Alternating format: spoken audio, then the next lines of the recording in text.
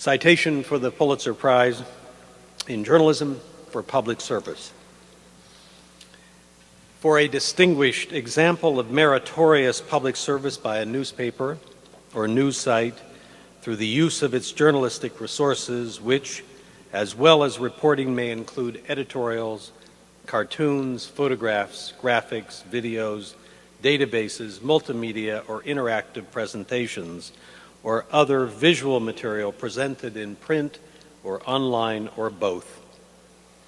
The winner is the Los Angeles Times for its exposure of corruption in the small California city of Bell, where officials tapped the Treasury to pay themselves exorbitant salaries, resulting in arrests and reforms. Congratulations. Should I read each one? Yeah. Okay. Our two reporters are coming up. These two will accept the awards. Okay.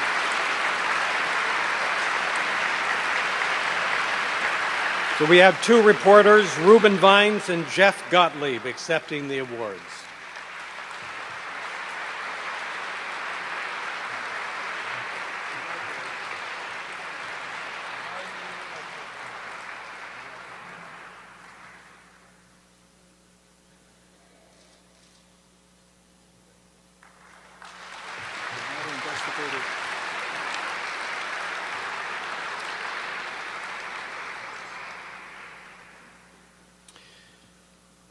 For a distinguished example of investigative reporting by an individual or team, presented as a single article or series using any available journalistic tool, including text, reporting, videos, databases, multimedia, or interactive presentations, or any combination of those formats, in print or online or both. I think these are getting longer every year as we refine them. Specificity. The winner is Paige St. John of the Sarasota Herald Tribune for her examination of weaknesses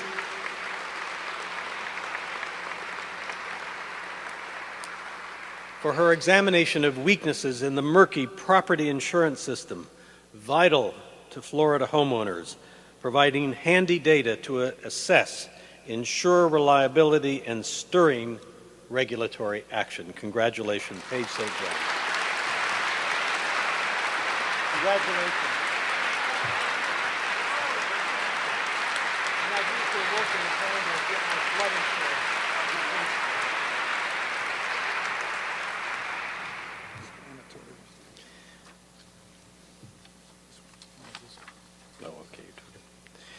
For a distinguished example of explanatory reporting that illuminates a significant and complex subject, demonstrating mastery of the subject, lucid writing, and clear presentation, using any available journalistic tool, including text reporting, videos, databases, multimedia, or interactive presentations, or any combination of those formats in print, online, or both, Mark Johnson, Kathleen Gallagher, Gary Porter, Lou Saldivar, and Allison Sherwood of the Milwaukee Journal Sentinel for their lucid examination of an epic effort to use genetic technology to save a 4-year-old boy imperiled by a mysterious disease, told with words, graphics, videos, and other images. Congratulations to the Milwaukee Journal.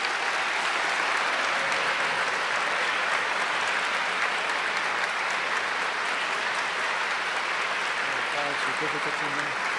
Yeah. Congratulations.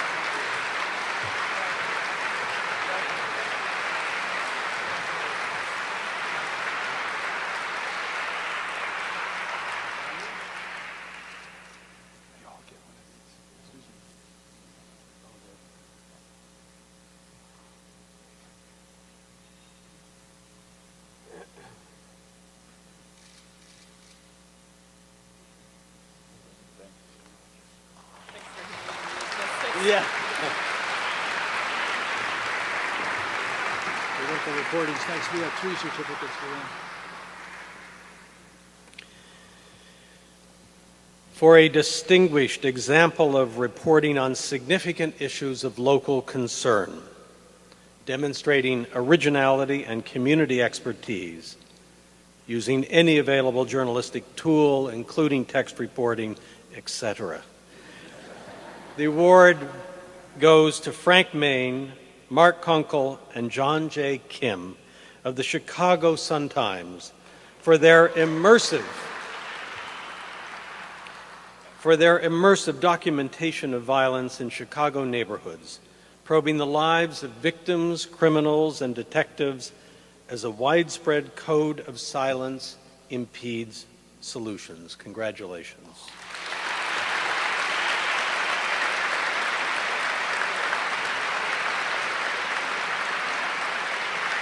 The bald-headed guy is Kim, and this is Kunkel.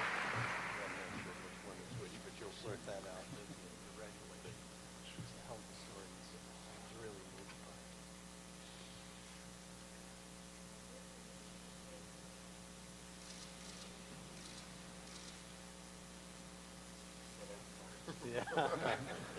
Thank you. Congratulations.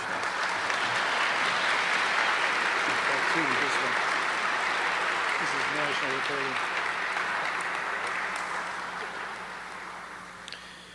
For a distinguished example of reporting on national affairs using any available journalistic tool and so on, Jesse Eisinger and Jake Bernstein of ProPublica for their exposure of questionable practices on Wall Street that contributed to the nation's economic meltdown, using digital tools to help explain the complex subject to lay readers. Congratulations.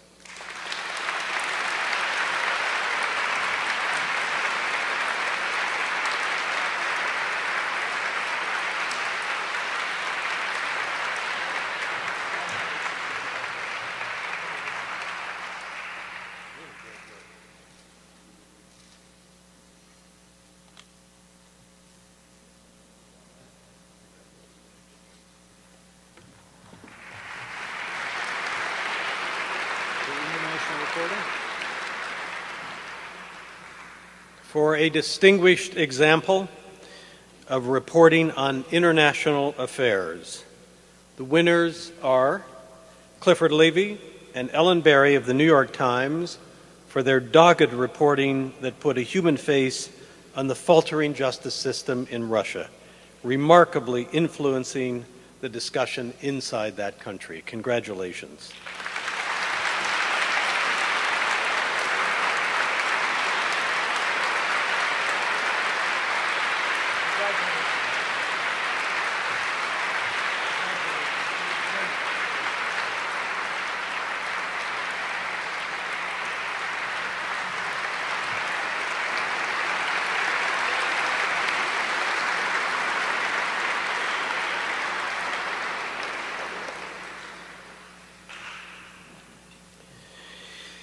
For a distinguished example of feature writing, giving prime consideration to quality of writing, originality, and concision, the winner is Amy Ellis Nutt of the Star-Ledger, Newark, New Jersey, for her deeply probing story of the mysterious sinking of a commercial fishing boat in the Atlantic Ocean that drowned 6 men. Congratulations, Amy.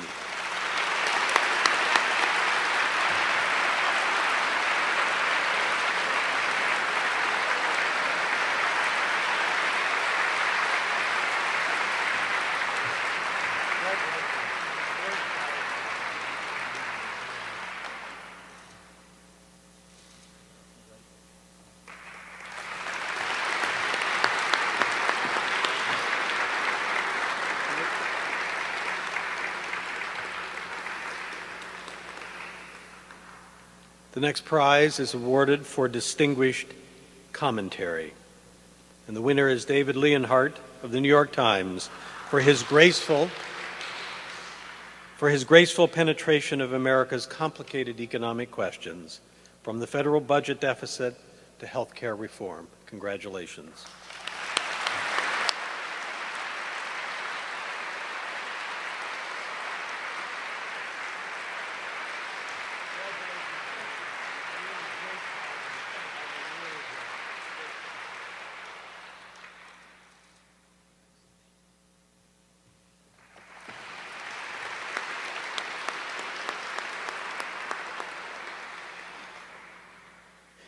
The next prize is for distinguished criticism, and the award goes to Sebastian Smee of the Boston Globe for his vivid and exuberant writing about art, often bringing great works to life with love and appreciation. Congratulations, Sebastian Smee.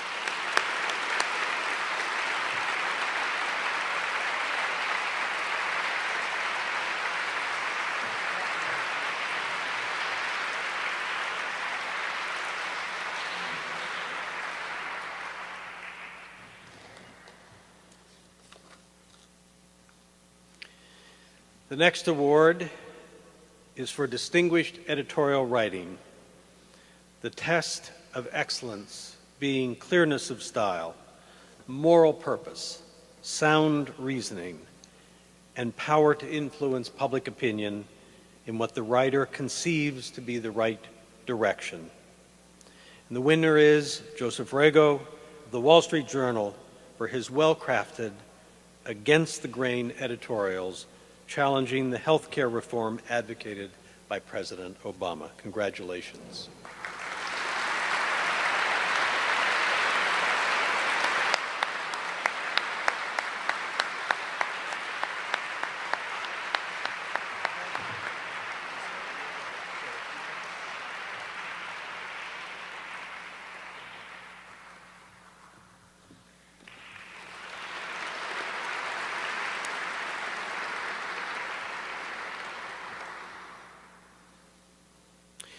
The next award is for a distinguished cartoon or portfolio of cartoons characterized by originality, editorial effectiveness, quality of drawing, and pictorial effect. And the winner is Mike Keefe of the Denver Post for his widely ranging cartoons that employ a loose, expressive style to send strong, witty messages. Congratulations, Mike Keefe.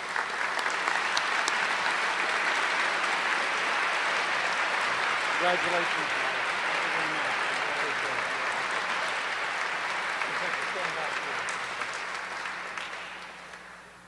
Thank you. We got 3 this time. The next is for a distinguished example of breaking news photography in black and white or color, which may consist of a photograph or photographs. And the winners are Carol Guzzi, Nikki Kahn, and Ricky Cariotti of the Washington Post for their up-close portrait of grief and desperation after a catastrophic earthquake struck Haiti.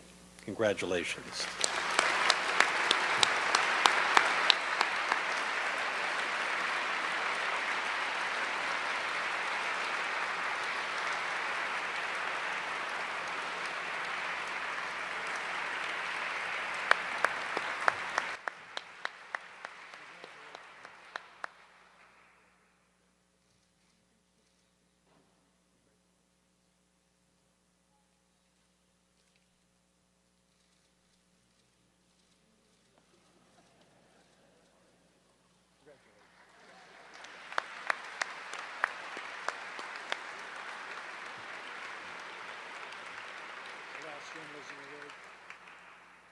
And the last journalism award is for a distinguished example of feature photography in black and white or color, which may consist of a photograph or photographs. The winner is Barbara Davidson of the Los Angeles Times for her intimate story of innocent victims trapped in the city's crossfire of deadly gang violence. Congratulations, Barbara Davidson.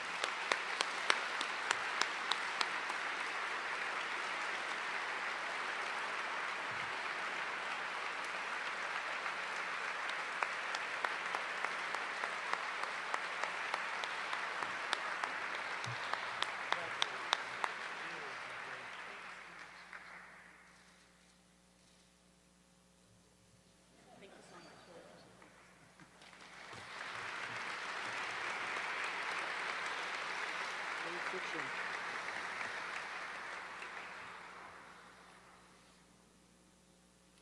The next is the prize in fiction for distinguished fiction by an American author. preferably dealing with American life. The winner is A Visit from the Goon Squad by Jennifer Egan, an inventive investigation of growing up and growing old in the digital age, displaying a big-hearted curiosity about cultural change at warp speed. Congratulations, Jennifer Egan. Congratulations.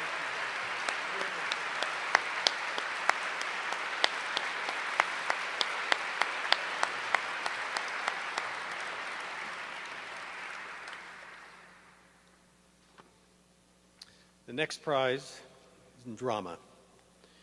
For a distinguished play by an American author, preferably original in its source and dealing with American life, Clybourne Park by Bruce Norris, a powerful work whose memorable characters speak in witty and perceptive ways to America's sometimes toxic struggle with race and class consciousness. Congratulations, Bruce Norris.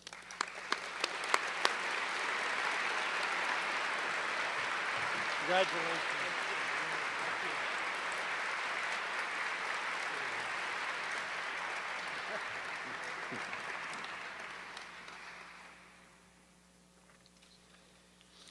Next in history.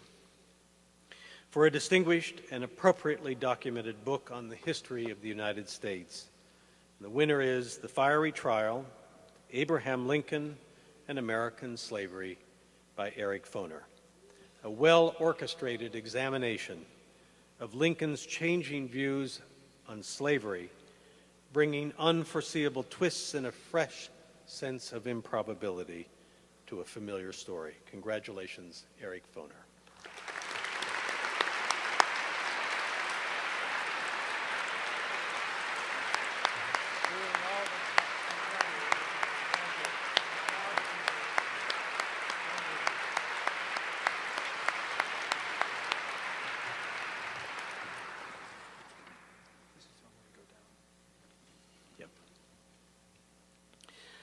Next in biography. For a distinguished and appropriately documented biography or autobiography by an American author. The winner is Washington, A Life by Ron Chernow, a sweeping, authoritative portrait of an iconic leader learning to master his private feelings in order to fulfill his public duties. Congratulations, Ron Chernow. Recovering from hip surgery.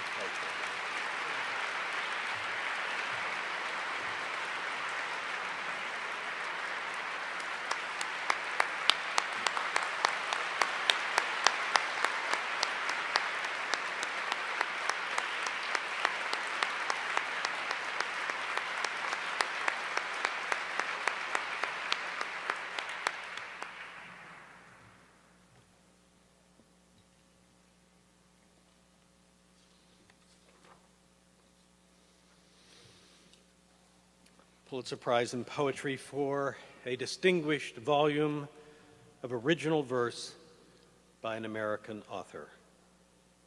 And the winner is The Best of It, New and Selected Poems by Kay Ryan, a body of work spanning 45 years, witty, rebellious, and yet tender, a treasure trove of an iconoclastic and joyful mind. Congratulations, Kay Ryan.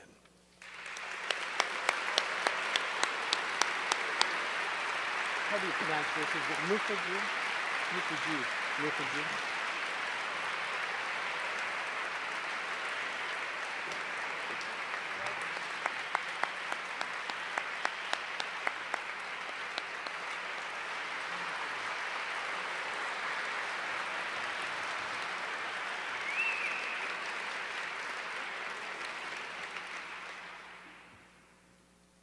Nonfiction. For a distinguished and appropriately documented book of nonfiction by an American author that is not eligible for consideration in any other category. The Emperor of All Maladies, A Biography of Cancer by Siddhartha Mukherjee, an elegant inquiry at once clinical and personal into the long history of an insidious disease that, despite treatment breakthroughs, still bedevils medical science. Congratulations, Siddhartha Mukherjee.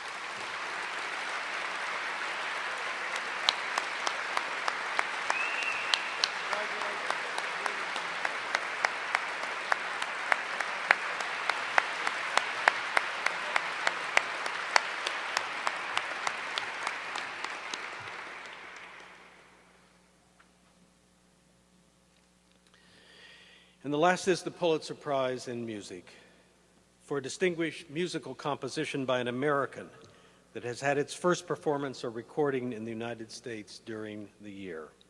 Zhao Long for Madam Whitesnake, premiered on February 26, 2010, by the Boston Opera at the Cutler Majestic Theater, a deeply expressive opera that draws on a Chinese folktale to blend the musical traditions of East and West.